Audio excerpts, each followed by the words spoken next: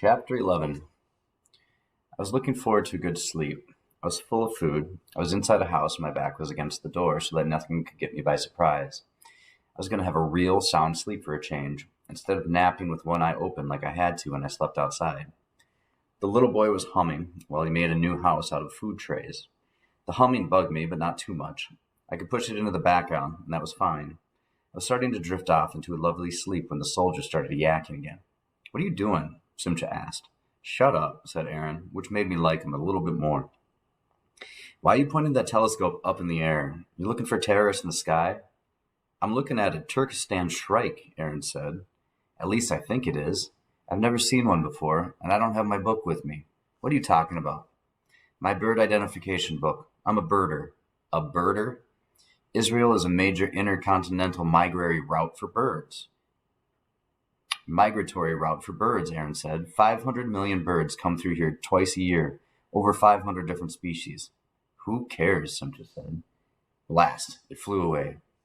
Aaron launched into a long lecture about the importance of birds to the ecosystem, which led to Simcha talking about how surfing made him feel close to nature. And from there, they moved on to talking about girls they met on the beach and on bird watching trips. On and on. I opened one eye and used it to glare at them, but they paid no attention. Like I've said, no one cares about the feelings of cats. I already knew much more than I had ever wanted to about birds. They are too fast for me to catch. Whenever I try, they fly out of my reach, perch on the branch, and laugh at me. Birds got me another detention. Before I died, I had to suffer through my sister's school speech. It was the thing that happened every year. All the sixth grade kids had to give a speech in front of everyone in the school. The best one got prizes and were entered in the citywide public speaking contest sponsored by the Bethlehem Chamber of Commerce. When I was in sixth grade, we were supposed to come up with our own topic and let the teacher know weeks in advance. I figured that if I didn't give her a topic, I wouldn't have to do the speech, so no topic. It didn't work. One day, the teacher called my whole crew up to the front of the class because, of course, none of us had chosen a topic. She had us draw slips of paper from Darren Brown's smelly baseball hat, then said, "These are your topics." Mine was Mineral Resources of Appalachia. I stood there, staring at it in horror, and immediately tried to swap. All my crew were against me that day. They took one look at my topic, then shoved theirs deep down in their pockets. "You will be on the stage alone for at least 3 minutes," the teacher said. "I suggest you get prepared. You'll be a long 3 minutes if you're standing there with nothing to say." My way of getting prepared was to go to the mall with money from my mother's wallet to get a new sweater to wear on stage. As for the Mineral Resources of Appalachia, I just got something off the internet and read it. I didn't care what I was reading because I knew no one was listening. I got some laughs, though. They're laughing with me about how boring it all was. When Polly got to sixth grade, she didn't choose a topic because the idea of going out in front of everyone and talking filled her with such terror that she just wanted to escape the whole thing. So she was called to the front to choose a topic from the hat. She got Birds of Pennsylvania. Instead of fluffing it off like any normal person would do, she took her little self to the library. She stuck her face in a book. She talked on the phone with someone from the Audubon Society. She even went bird watching at the Lehigh Gap Nature Center in the Catholic youth group. It was ridiculous. Polly worked hard at her speech. She wrote it out on cue cards, and she practiced it in her room over and over. My bedroom was next to hers, so I couldn't escape it. It made me sick the way Mom and Dad applauded when she gave her speech for them after supper one night. I got so tired of hearing about the green-winged teal and the snowy plover and the nesting patterns of the pied-billed grebe. I made plans for my revenge. My crew were happy to go along. Polly had a big navy cardigan of my father's that she liked to wear. She could hide in it. The sweater hung on her like a potato sack and had deep pockets that she used to carry around paperback books and all kinds of junk. I knew she would keep her little cue cards in one of those pockets.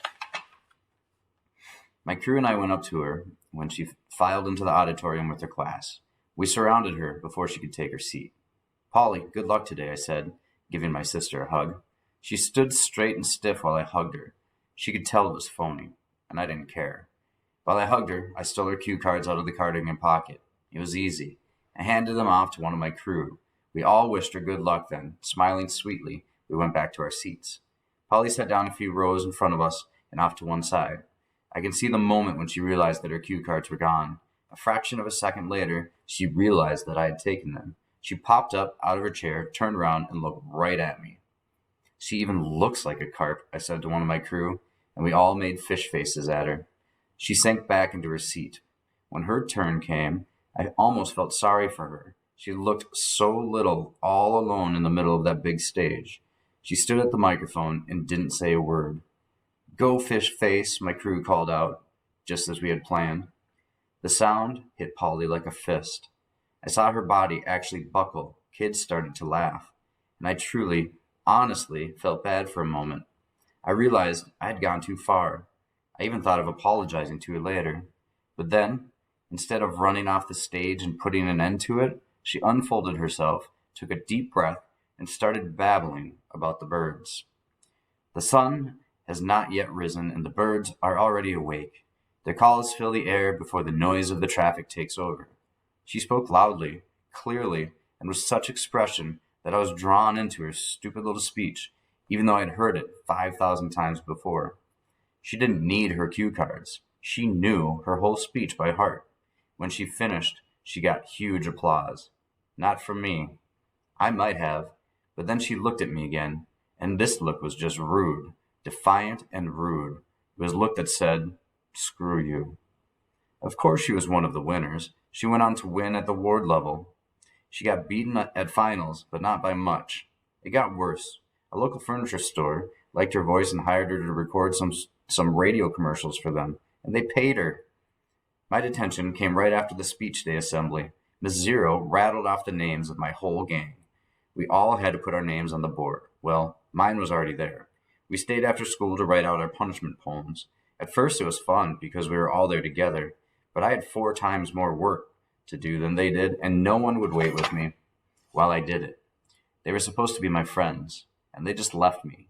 The soldiers kept going on and on about the birds and the war and the bus station and the best fast food places and the other things that were not the least bit interesting. Every now and then I heard the sounds of footsteps outside as people passed by. Sometimes I could smell a dog in the street or one of those horrible cats, but mostly the world outside of the house was quiet. As the hours went by and the heat rose in the day, they talked slowed down. At some point, it trickled off altogether. The boy even stopped humming. Then there was only the sound of the soldiers snoring and a few flies buzzing along the window pane. Everything and everyone else in the world was asleep. I joined them.